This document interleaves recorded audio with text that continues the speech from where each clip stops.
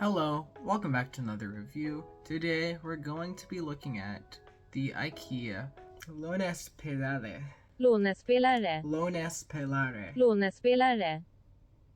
Lånespelare. Lånespelarere. Lånespelare. It is a mousepad that I found in IKEA. Basically, I was just walking through and I saw this section with like a bunch of chairs and gaming stuff, and at one of them there was like a whole setup and it had this mouse pad. I was like, oh, okay, I've heard about like these mouse pads before. It actually has quite a bit of infamy, so I decided to try it. So I bought one, I grabbed one, and I checked out, and I've been using it. It's been my main mouse pad for like the last 2 or 3 weeks. It measures at 14¼ by 17¼ inches, which is also this in millimeters, and it is a 1/4 inch thick. For comparison, this is what it looks like compared to a Razer Gigantus V2, as well as a SteelSeries QCK medium. I think it's a decent size. It only has this one size, but I mean, it's pretty good. I never felt like I didn't have enough mouse space, so it was fine. The design on it's cool. I think there are a couple designs, like just like a blank one. But I got the one with like the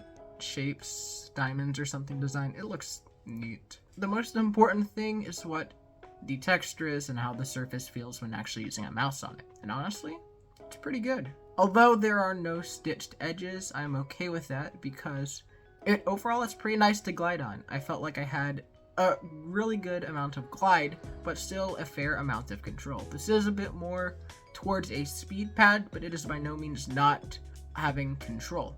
Back is also pretty cool. It has like this binary code sort of thing on it, and it also has like rubber grip on the back, so you don't need to worry about it moving. It doesn't budge at all. I mean, when I was using it, I saw no issues. It was pretty good to use. I actually liked it more than a lot of like the big brand mouse pads that you usually see. Now you can also get whatever. You can also get it on IKEA's online store, which may not ship to you if it's not a big order, but it just depends on your location.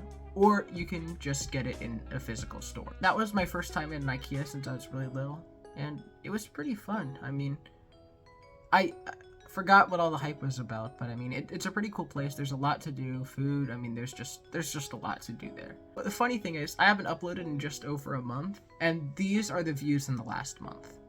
It's just ridiculous why it's going up. It's because of the keyboards, but every 3 seconds they get more expensive. So many people have done it, but I decided to do it. Anyways, I think that's about it for today's review.